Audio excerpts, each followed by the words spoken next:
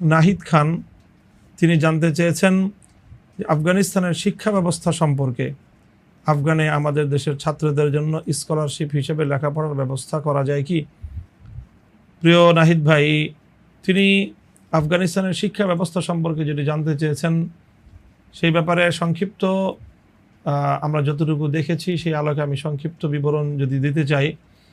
আফগানিস্তানে দুই ধরনেরই শিক্ষা ব্যবস্থা রয়েছে, সাধারণ শিক্ষা ব্যবস্থা এবং ইসলামী শিক্ষা ব্যবস্থা। ইসলামী শিক্ষা ব্যবস্থা বলতে আফগান জুড়ে আমাদের বাংলাদেশে বা পাক ভারত উপমহাদেশে যে দেওবন্দি ধারার যে মাদ্রাসা রয়েছে, যেটিকে আমরা বাংলাদেশে কওমি মাদ্রাসা নামেও চিনে থাকি, সেই ধরনের মাদ্রাসা শিক্ষাই মূলত আফগানিস্তানের মূল ইসলামী শিক্ষা ব্যবস্থা। সেখানে কওমি মাদ্রাসা অথবা দেওবন্দি সিলসিলার এই মাদ্রাসার বাইরে আর তেমন কোনো ইসলামী শিক্ষার আয়োজন নেই। আর অপরদিকে সাধারণ শিক্ষার ব্যবস্থা আফগানিস্তানে একেবারে টপ টু বটম পূর্ণাঙ্গ যেই সিলেবাস, সেই সিলেবাসও সেখানে কার্যকর রয়েছে। সেখানে প্রাইমারি, সেকেন্ডারি, হায়ার সেকেন্ডারি, এরপরে হায়ার এডুকেশনের যাবতীয় সব ব্যবস্থাই রয়েছে। খোদ আফগানিস্তানের রাজধানী কাবুলে শতবর্ষী প্রাচীনতম কাবুল বিশ্ববিদ্যালয়ের সেখানে শিক্ষা কার্যক্রম সুচারুরূপে এবং সাবলীলভাবেই পরিচালিত হচ্ছে এবং প্রয়োজনীয় সকল ক্ষেত্রেই শিক্ষা ব্যবস্থা যেটা পরিচালিত হচ্ছিল অব্যাহতভাবে সেটা চলমান রয়েছে। তবে বিগত বিশেষ করে দুটি আগ্রাসী এবং সাম্রাজ্যবাদের সময় আফগান জাতির উপর দিয়ে অতিক্রান্ত হয়েছে। একটি হলো রুশ সাম্রাজ্যবাদ আর একটি হলো আমেরিকান সাম্রাজ্যবাদের জাতাকলে আফগান জাতিকে নিষ্পেষিত হতে হয়েছে। রাশিয়ান সাম্রাজ্যবাদ যখন সেখানে আগ্রাসন পরিচালনা করে, তারা যেমনিভাবে আফগান জাতির উপর তাদের সেই কমিউনিজমের আদর্শ সেখানে তাদেরকে চাপিয়ে দেওয়ার চেষ্টা করেছে এবং সেই চেষ্টার অংশ হিসেবে ব্যাপকভাবে তারা শিক্ষা ব্যবস্থায়, শিক্ষা প্রতিষ্ঠানগুলোতে, শিক্ষাঙ্গনে তারা ব্যাপকভাবে আগ্রাসন পরিচালনা করে।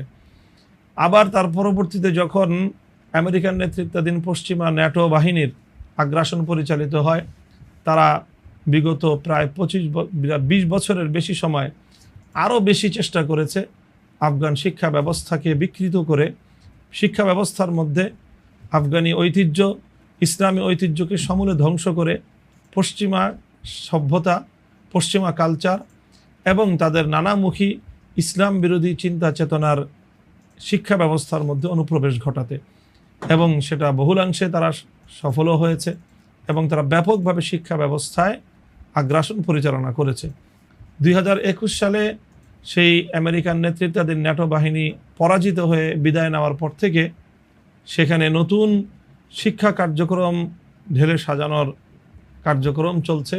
শিক্ষা ব্যবস্থাকে ঢেলে সাজানোর কার্যক্রম অব্যাহত রয়েছে, চলমান রয়েছে। এবং তবে ছেলেদের শিক্ষার কার্যক্রম চালু রেখেই তারা অল্প অল্প করে সেখানে সংস্কার সাধন করছে।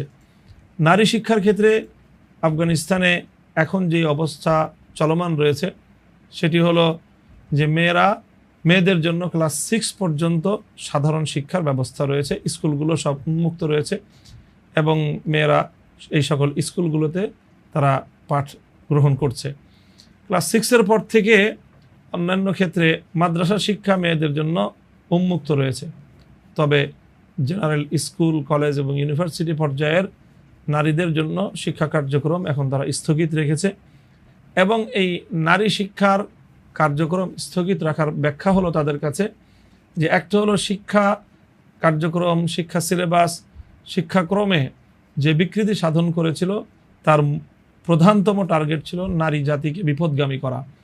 এই জন্য সেই শিক্ষা কার্যক্রমকে আমূলে ঢেলে সাজানোর প্রয়োজনীয়তা দেখা দিয়েছে তাদের দৃষ্টিতে এবং সেই সাথে সহশিক্ষার যে অভিশাপ সেখান থেকে মুসলিম প্রজন্মকে তারা মুক্ত করার লক্ষ্য নিয়ে ছেলে মেয়েদের জন্য সেপারেট ভিন্ন ভিন্ন শিক্ষা ব্যবস্থা এবং শিক্ষার কার্যক্রম পরিচালনা করার জন্য তারা যাবতীয় অবকাঠামোগত এবং অন্যান্য সিলেবাস ভিত্তিক শিক্ষা কার্যক্রম পরিচালনার প্রস্তুতি তারা গ্রহণ করছে।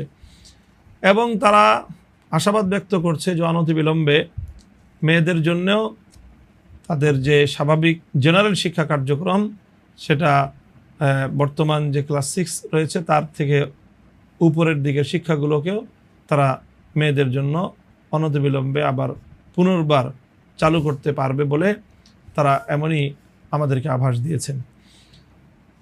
সেখানে স্কলারশিপ হিসেবে লেখাপড়ার ব্যবস্থা করা যায় কিনা সেটা অবশ্যই বিভিন্ন দেশের পারস্পরিক একটা কূটনৈতিক সম্পর্কের বিষয় রয়েছে। আফগানিস্তানে এই মুহূর্তেই তাদের অভ্যন্তরীণ জনশক্তিকে, তাদের যে তরুণ প্রজন্ম, তাদের যে ছাত্র সমাজ, তাদেরকে একটি সুন্দর শিক্ষায় গড়ে তোলা, এটাই হলো তাদের জন্য এই মুহূর্তের বড় চ্যালেঞ্জ। কারণ বিগত প্রায় দীর্ঘ অর্ধ শতাব্দীকাল যুদ্ধ পরিচালনা করতে করতে আফগান জাতি তারা শিক্ষা দীক্ষা সহ অন্যান্য কার্যক্রমের ক্ষেত্রে ব্যাপকভাবে তাদের অগ্রযাত্রা ব্যাহত হয়েছে। এই জন্য এখন তারা একদিকে যেমনিভাবে রাষ্ট্রের অবকাঠামো, রাষ্ট্রের অর্থনৈতিক উন্নয়ন এবং অন্যান্য দিকের উন্নয়নের ক্ষেত্রে তারা ব্যাপক নজর দিয়েছে, সেই সাথে তাদের তরুণ প্রজন্মকে, নতুন প্রজন্মকে বিভিন্নমুখী প্রয়োজনীয় শিক্ষার দিক থেকে তাদেরকে উন্নত করার ক্ষেত্রেও তারা নজর দিয়েছে। তো এই মুহূর্তে মনে হয় না যে বাহিরের দেশ থেকে আফগান সরকার বা অন্য কোনো আয়োজনে সেখানে স্কলারশিপ নিয়ে সেখানে শিক্ষা ব্যবস্থা বা সেখানে বাইরের থেকে ছাত্ররা গিয়ে তাদের শিক্ষা কার্যক্রমে অংশগ্রহণ করার মতো খুব একটি সুযোগ এই মুহূর্তে আছে বলে আমাদের মনে হয় না। তবে হ্যাঁ, এইভাবে অব্যাহতভাবে কার্যক্রম পরিচালিত হলে এবং বিভিন্ন দেশের সাথে তাদের কূটনৈতিক সম্পর্ক স্থাপিত হলে সেটি আজ না হয় কাল অবশ্যই সম্ভব হবে এবং সেটি মুসলিম দুনিয়ার জন্য একটি নতুন সম্ভাবনার দুয়ার উন্মোচন করবে বলেই আমরা আশাবাদী।